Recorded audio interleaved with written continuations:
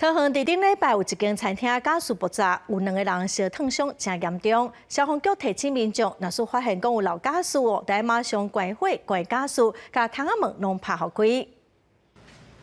监视器画面当中，餐厅灶骹门口加速向员工送加速，把手甲加速筒分开，厝体涂骹加速外泄，无细节发生起爆。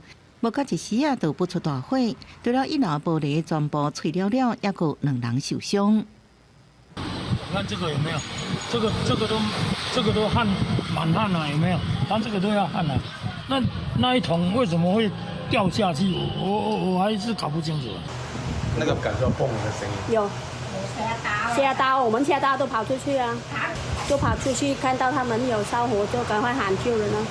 这个震得很大啊！有很大，地板跟那个地上都是震一动，我们都吓到了。等甲事发餐厅灶骹已经恢复原状，头家低调不愿意受访。根据了解，2个查甫人分别有20%甲60%几度受伤。现场消防救护人员紧急处理了后送医救治。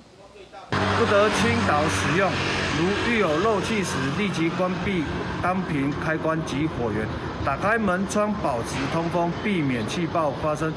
这意外初步了解是加速筒把手焊接出问题，不过要搁等火调鉴定结果。消防局提醒，用汤针加速应该甲合格厂商签订定型化契约，搁注意加速筒顶悬检验合格标示是毋是伫有效期限内底。拄着加速外泄，除了关开关甲火源唔通开电火、开电器，搁轻轻拍开窗仔通风，避免起爆。记者综合报道。